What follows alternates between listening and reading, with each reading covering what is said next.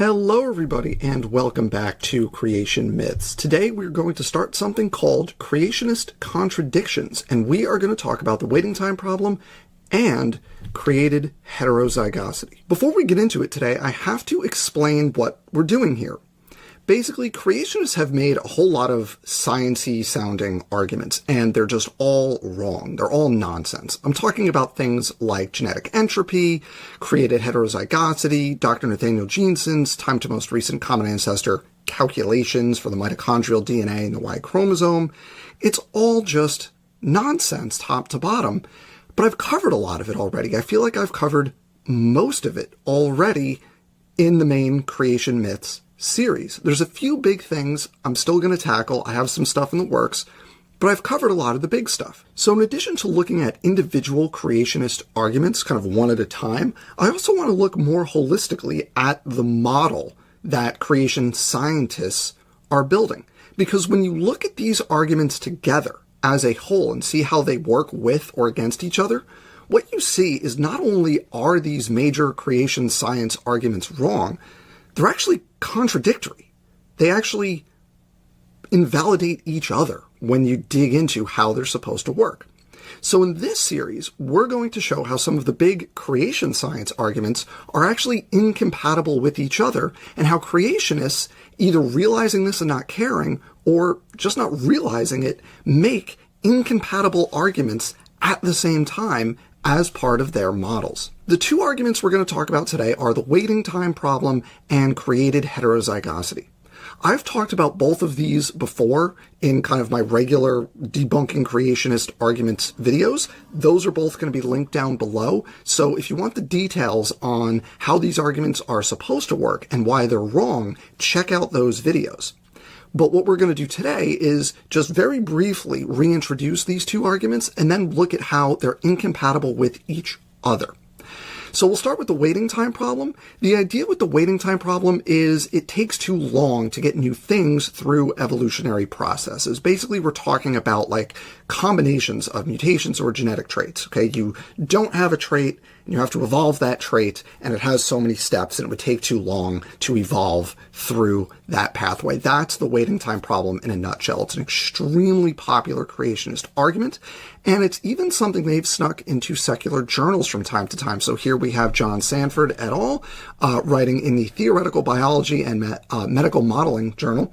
And then over here we have Ola Hofstra, Gunther Beckley, and Ann Gager in the Journal of Theoretical Biology. I have a lot to say about these two journals. For now, I'll just say they are creationists' favorite journals and leave it at that, but I should probably cover them at some point. Our second argument that we're going to look at today is created heterozygosity. This is creationists' attempt to answer the question, how do humans have so much genetic variation after just 6,000 years? If we started from two people 6,000 years ago, how do we get all the variation that we see today? Well, the answer, according to many creationists, is created heterozygosity. Adam and Eve were heterozygous, meaning for each site in their genome, they had 4 different versions of it, right? Adam had 2, so Adam was heterozygous, and Eve had 2, so Eve was heterozygous. And for a given gene, right, you could have 4 versions of that gene, 4 alleles, but they wouldn't just differ by 1 nucleotide. They would differ at a lot of nucleotides in those genes, and then through recombination, you could generate all the new variants we see today.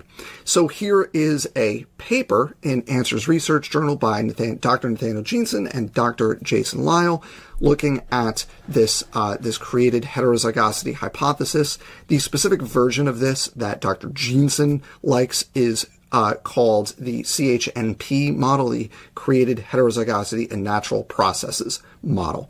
Again, the idea is Adam and Eve are created with lots of variation, and then you mix and match it to generate all the variants we see today. So what are the contradictions between these two arguments? Well, the waiting time problem presents evolution as a serial rather than a parallel process. What this means is just like this simple figure right here. You need to have mutations occurring, or changes, whatever the case is, evolutionary events occurring in a sequence with each other. Event number 1 happens, and then event number 2 happens, and 3 and 4, and however many you need in a given pathway. This is from that Hofstra et al. 2021 paper. They wrote, It is further assumed that the mutation rate is small enough to warrant a fixed state population, so that all individuals have the same regulatory array at any given time point until the next successful mutation arrives in some individual and spreads to the rest of population. What this means, if you simplify this language, what they're saying is mutation number 1 happens and then achieves fixation, so everybody in the population gets it, and then mutation number 2 can happen and achieve fixation, and then number 3, and so on down the line, but you have to do it in sequence. Now, created heterozygosity, on the other hand, correctly, I will say, treats evolution as a massively parallel process. This is from Dr. Nathaniel Jeanson's 2017 book, Replacing Darwin. He says, if new varieties appear each generation, if millions of DNA differences can arise in a single generation, then the isolation of genetic and visible distinctiveness is comparatively easy. No need to sequentially isolate or select individual DNA variants for generation after generation. No need to sequentially isolate or select individual DNA variants. He's saying because you can have lots of people within a population experiencing evolutionary changes, lots of members of a population experiencing evolutionary changes, you don't need to have mutation number 1, then number 2, then number 3, then number 4 in order. You can have lots of things happening all at once in different lineages within a population, followed by, as we'll see, recombination. So right away, these are not compatible with each other. It's one with a serial process or the other with a parallel process. But it gets worse, because the waiting time problem also requires that there is no recombination. There's no shuffling of the deck from generation to generation. Again, from that 2021 paper, the authors write, it is reasonable to then believe that recombination between two parental regulatory sequences can be ignored. Now, I covered this in more detail in my video specifically on this, so I'm not going to go into the details now in terms of why that's wrong. It doesn't matter. But let's just see what the proponents of created heterozygosity have to say about recombination. Here we go. Turns out, created heterozygosity not just involves, but requires recombination. A lot of recombination. A lot of extremely rapid recombination. So again, going to Jeanson and Replacing Darwin, he writes, mutations might increase the diversity slightly, but around 99% of the DNA differences between chromosomes would be due to inheritance, and those differences should be easily classifiable into one of the 4 starting chromosomal versions in the original parents. So here we have Jeanson saying 99% of the variation we see, it's not due to mutations, it's due to recombination from those 4 initial variants that were created. And then we can look at Sanford et al. Dr. Rob Carter is a co-author on this piece that I'm quoting here, and I forget, there's another co-author, but I forget who it is. But they write, since each one of the 88 original autosomes in Eden, and by the way, that's the chromosomes 1 through 22, they're excluding the sex chromosomes because they do recombine, but if it's XY, it's a smaller region, so they're not dealing with sex chromosomes here. Just an aside, that's why it's 88. Since each one of the original 88 original autosomes in Eden could have carried its own unique set of designed variants, normal chromosomal recombination and segregation could have generated a large number of genotypes in the second generation. In each succeeding generation, allelic diversity could increase due to newly arising mutations and further recombination. Now, I want to highlight one very specific thing here. A large number of genotypes in the second generation. This is requiring not just recombination, crossing over between chromosomes, but crossing over at a rate that greatly exceeds what we observe today. In general, this is a rough estimate, but in general, you get approximately 1 crossover per chromosome per generation, or per meiosis is a more precise way to say it. That's not that many crossovers in general. You're not going to generate in a single generation that many new variants that way.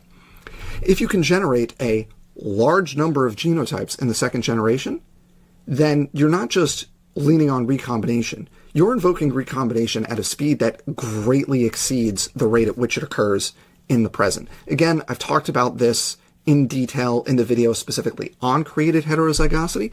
I pointed out here to highlight the contradiction. We're not just talking about a little bit of recombination versus a little bit of more recombination. We're talking about no recombination is permitted for the waiting time problem, whereas for created heterozygosity, faster recombination than we observe is required. Warp speed recombination is what's required. So put these together, the serial versus parallel problem and the recombination problem here. And these two arguments are clearly contradictory. Creationists can make an argument for the waiting time problem, or they can make an argument for created heterozygosity, but you can't reasonably hold both positions at the same time. Or can you? Let's ask Dr. Rob Carter if you can hold both positions at the same time. Dr. Rob Carter is a marine biologist and geneticist with CMI. And here is a video from his YouTube channel. The waiting time problem is a huge problem for evolution. That's from his channel, Biblical Genetics. And so he obviously argues for the waiting time problem. I've actually covered this video, so you can find that linked down below. But he's a co-author with Sanford on that paper from the Proceedings of the International Conference on Creationism, so from 2018. So strictly speaking, it's not a paper, it's the Proceedings from a conference, but technical distinction. So it was Sanford and Carter and somebody else on here. I forget the third author, and I cut it off to fit it on the slide, so my bad. They, at this conference, argued for created heterozygosity. That's kind of weird, isn't it? So you've got Rob Carter promoting the waiting time problem and Rob Carter promoting created heterozygosity, either not realizing that they're mutually contradictory or not caring. To wrap up this first installment in creationist contradictions, there are a lot of science-y creationist arguments out there, but many of them are incompatible with each other. That doesn't stop creationists from using them anyway. Case in point that we just looked at is the waiting time problem and created heterozygosity. Ignoring that both are wrong, they're basically exact opposites in terms of how they treat evolutionary processes, right? The waiting time problem treats evolution as a very linear process involving no recombination, and created heterozygosity treats evolution as a massively parallel process involving lots of recombination. They are completely incompatible with each other. So I want to end this first installment in this series with a request and really a plea to creationists. Please, when you are constructing a model and you have arguments, look into those arguments. Make sure they are consistent with each other. And when you find that some of the arguments you're making are mutually inconsistent, they are incompatible with each other, please pick one.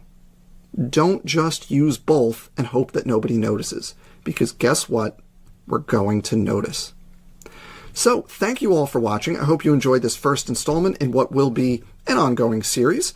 If you enjoyed this, hit like. If you did enjoy this, hit dislike. Either way, hit share and promote it to people as good science communication, or promote it to your creationist friends as an example of somebody who really gets on your nerves. It's all the same to me. Please click one of the buttons down below, and if you haven't subscribed, please do subscribe. And as always, don't get fooled.